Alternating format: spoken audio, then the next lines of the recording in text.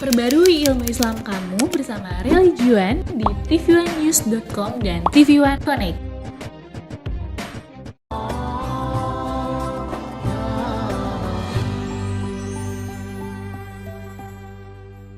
Assalamualaikum warahmatullahi wabarakatuh.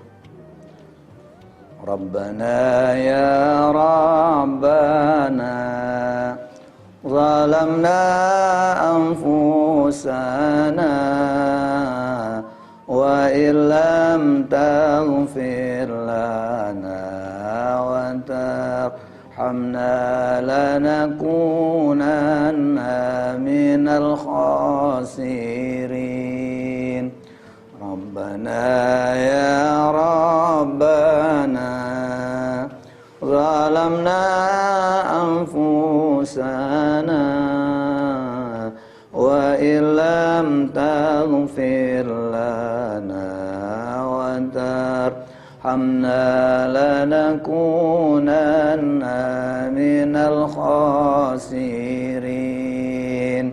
Rabbana ya Rabbana zalamna anfusana wa illam taghfir lana wa tarhamna lanakunanna minal khasirin. Alhamdulillahilladzi hadana li hadza wa ma kunna linahtadiya laula an hadanallah faqad fazal muttaqun. Asyhadu an la ilaha illallah wahdahu la syarika lah wa asyhadu anna Muhammadan abduhu wa rasuluhu la nabiyya ba'dah. Allahumma salli wa sallim ala hadzal nabiyil karim war rasulil syafi'il azim Sayyidina wa maulana Muhammad ibn Abdillah wa ala alihi wa sahbihi wa mawalah. La hawla wa la quwwata illa billah, amma ba'du. Hadratil mukarramun, para pemirsa kaum muslimin wal muslimat yang sama-sama dirahmati oleh Allah Subhanahu wa taala. Marilah kita selalu bersama-sama memanjatkan puja dan puji syukur kita kehadirat Allah Subhanahu wa taala yang telah membimbing kita lewat hidayah dan inayahnya, sehingga pada kali ini kita masih bisa menjadi manusia yang selalu tetap takwa, beriman kepada Allah Subhanahu wa taala. Salawat teriring salam semoga tercurah limpahkan kepada baginda junjungan alam Nabi besar kita Muhammad sallallahu alaihi wasallam yang selalu membimbing kita minaz zulumat ilan nur, yang telah membimbing kita dari alam kegelapan kepada alam cahaya yang benderang seperti sekarang, yakni alam ilmu. Mudah-mudahan ilmu yang selama ini kita tuntut, ilmu yang selama ini kita pelajari akan menyebabkan kita mendapatkan syafaatul uzma yaumul qiyamah nanti dari baginda Rasulullah sallallahu alaihi wasallam. Hadirin kaum muslimin wal muslimat yang sama-sama dirahmati oleh Allah Subhanahu wa taala. Allah berfirman dalam Al-Qur'anul Karim, a'udzubillahi minasyaitonir rajim, bismillahirrahmanirrahim. Zaharal fasadu fil barri wal bahri bima kasabat aydin nas. Telah nampak kerusakan di darat dan di lautan karena ulah tangan manusia itu sendiri. Hadirin kaum muslimin wal muslimat yang sama-sama dirahmati oleh Allah Subhanahu wa taala. Terkadang kita ini selalu menyalahkan Allah Subhanahu wa taala. Seolah-olah kita selalu berkata, "Oh, ini azab Allah. Oh, ini bahwa kita ini selalu." Padahal selama ini kita selalu berbuat maksiat kepada Allah Subhanahu wa taala. Padahal kejadian-kejadian yang ada baik di daratan maupun di lautan itu adalah ulah tangan manusia itu sendiri, ulah tangan kita. Hadirin kaum muslimin wal muslimat yang sama-sama dirahmati oleh Allah Subhanahu wa taala. Oleh karena itu, perbanyaklah kita selalu memanjatkan puja-puji syukur kita kepada Allah Subhanahu wa taala. Agar hidup kita selalu dibimbing oleh Allah. Agar hidup kita selalu dituntun oleh Allah Subhanahu wa taala. agar kita juga terhindar daripada mara bahaya, agar kita terhindar daripada malah bencana yang ada sekarang ini buat diri kita maupun keluarga kita, baik itu seluruh di negara kita. Kita mohon kepada Allah Subhanahu wa taala segera diangkat penyakit ini dan dijauhkan kita daripada mara bahaya, bala bencana dunia. Hadirin kaum muslimin wal muslimat yang sama-sama dimuliakan oleh Allah Subhanahu wa taala. Setiap kali kejadian-kejadian ini adalah untuk introspeksi diri kita. Apakah kita ini sudah dekat dengan Allah? Apakah kita sudah baik dengan Allah? Karena ciri daripada orang-orang yang beriman atau ciri daripada orang-orang yang bertakwa kepada Allah, yang pertama adalah al-layyinul qalbi, lembut hatinya. Ketika kita sudah menjalankan perintah Allah, menjauhkan larangan Allah, timbul dari hati kita, lembut hati kita. Kita harus bijak mensikapi apa yang terjadi pada saat ini. Kita tidak bisa menyalahkan. Bahkan sekarang kita kan diberikan pilihan dua oleh Allah Subhanahu wa taala. Apakah kita percaya dengan Allah atau kita percaya dengan makhluk Allah? Semua ini adalah sunnatullah. Ini adalah semua qada dan qadarnya Allah Subhanahu wa taala. Kalau kita mau introspeksi diri, muhasabah diri kita, mari semuanya kembali kepada Al-Qur'anul Karim.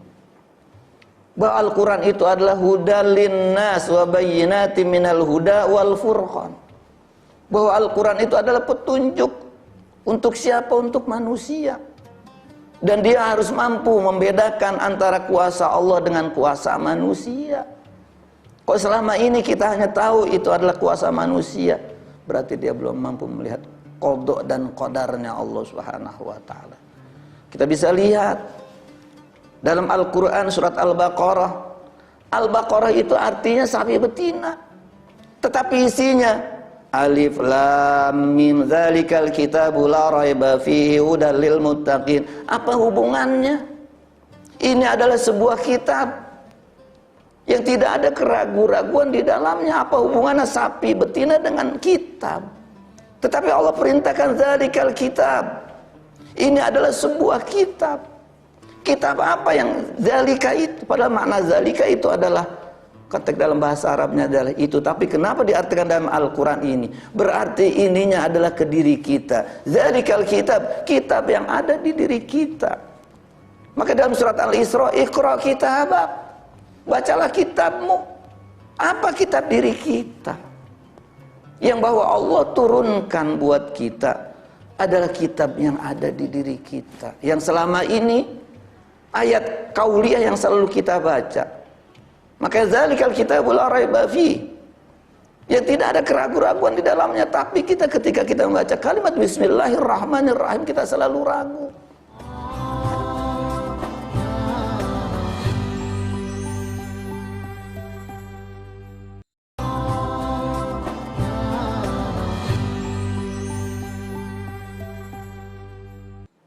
Hadirin kaum muslimin wal muslimat yang sama-sama dirahmati oleh Allah Subhanahu wa taala. Bahkan kita sudah harus pahami betul bahwa kitab yang ada di diri kita, bahkan satu nama yang ada di diri kita, itu kitabnya 2 lembar. Kitab lahir maupun kitab batiniah kita. Kalau kita kalikan usia kita 50 hanya tinggal kalikan 2. Usia kita 30 hanya dikalikan 2. Makanya Iqra kitabak kafa binafsikal yauma 'alaika hasiba. Cukup pada hari ini engkau yang menghisab. Makanya ada yaumul hisab, hari penghitungan. Sekarang kita udah harus menghitung-hitung amal perbuatan kita, lebih banyak baik atau lebih banyak yang buruk. Itu adalah kitab diri kita yang keseharian di dalam diri kita. Baik kita melangkah, baik kita berbuat, baik kita berucap. Apakah langkah, perbuatan kita, ucapan kita itu sudah lebih baik atau malah lebih buruk dari hari-hari sebelumnya? Hadirin kaum muslimin wal muslimat yang sama-sama dimuliakan oleh Allah Subhanahu wa taala. Bahkan Rasulullah sallallahu alaihi wasallam memperingatkan kepada kita Arti muhasabah dalam diri kita, introspeksi diri kita, bahkan diberikan batasan waktu oleh baginda Rasulullah sallallahu alaihi wasallam. Apa kata Rasulullah? Man balagha arba'ina sanah falam yaglib khairuhu syarruhu falyatajahhaz ilan nar. Kata Rasulullah, barang siapa yang usianya mencapai 40 tahun, kemudian 40 tahun usianya itu khairuhu syarruhu, kebaikannya tidak mampu menutupi keburukannya, falyatajahhaz ilan nar, siap-siap saja ke neraka, kata Rasulullah SAW. Kenapa 40? Karena angka 40 ini batasan-batasan. Rasulullah diangkat menjadi seorang nabi umur 25 tahun. Kemudian kesempurnaan menjadi seorang nabi dan rasul umurnya 40 tahun. Termasuk kita pun juga proses menjadi manusia, semuanya proses 40 hari 40 hari. Hadirin kaum muslimin wal muslimat yang sama-sama dimuliakan oleh Allah Subhanahu wa taala.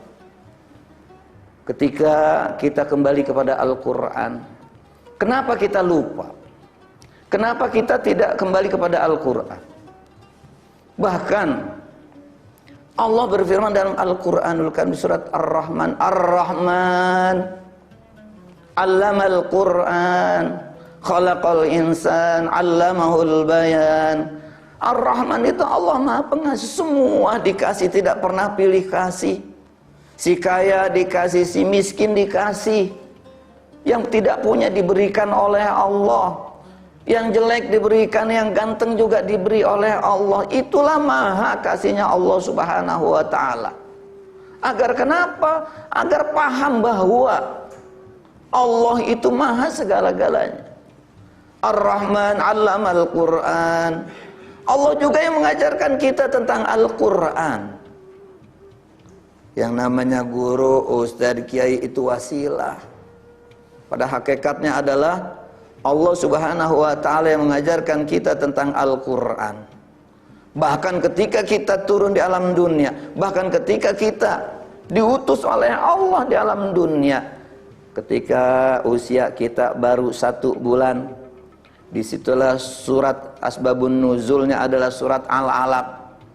Al-Alaq itu bacaannya Iqra bismi rabbikal ladzi khalaq. Ketika Rasulullah mendapatkan wahyu yang pertama, Iqra, baca. Baca apa? Bismi. Apa bismi? Dengan menyebut nama Allah. Yang mana? Kalimatnya Bismillahirrahmanirrahim. Kalau kita mau timbul rasa kasih sayang Allah Subhanahu wa ta'ala, kalau kita bisa mampu merasakan ketika kita mampu membaca kalimat Bismillahirrahmanirrahim, maka kita mampu muhasabah diri kita. Karena Allah menciptakan kita dengan Rahman Rahimnya Allah Subhanahu wa ta'ala. Diturunkan kepada kedua orang tua kita, ibu dan bapak kita. Kalau tidak ada Ar-Rahman Ar-Rahim, mungkin tidak adanya kita.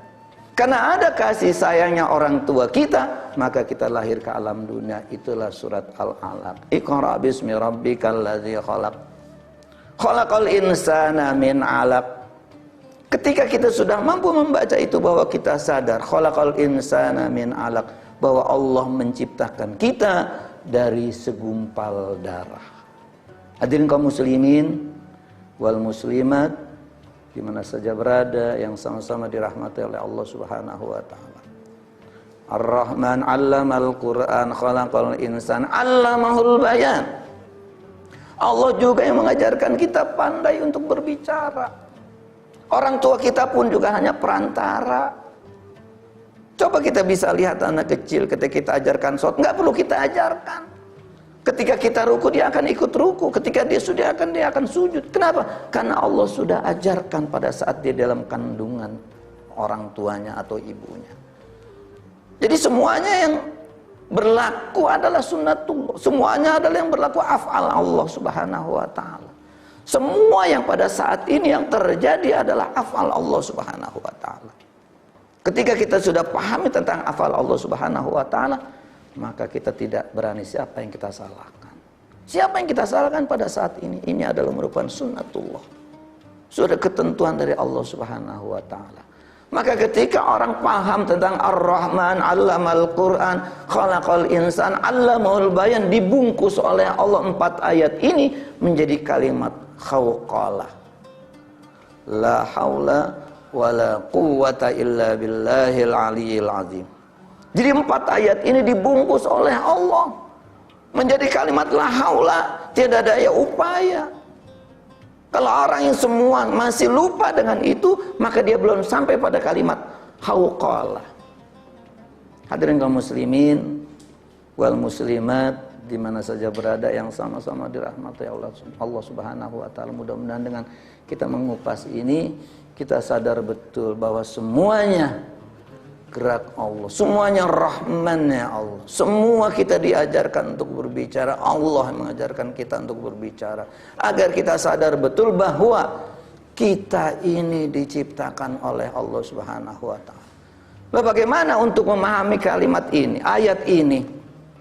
Ketika dibungkus oleh Allah menjadi kalimat hauqlah, la haula wala quwata illa billahil aliyil azim, maka dijawab di dalam surat Ar-Rahman ayat 8, alla tadghaw fil mizan, agar kamu jangan merusak keseimbangan itu. Keseimbangan apa maksud Allah ini dalam surat Ar-Rahman ayat ke-8?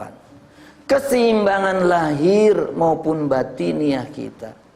Orang yang seimbang lahir batinnya, maka hidupnya akan tenang. Ketika orang hidupnya bisa menyeimbangkan lahir batinnya, maka dia akan paham tentang kemahakuasaan Allah Subhanahu wa taala. Ketika dia mampu menyeimbangkan dirinya antara lahir dan batinnya, maka hidupnya di alam dunia pun akan selamat, selamat dunia, selamat akhirat. Seperti siapa yang selalu mengamalkan kalimat khaulaqah ini seperti Nabi Daud alaihissalam. Nabi Daud ketika tengah malam dia selalu mengumandangkan ayat-ayat Allah Subhanahu wa taala lewat kitab Jaburnya. Apabila kita ingin selamat dunia, mari kita bersama-sama selalu mengumandangkan ayat-ayat Allah Subhanahu wa taala.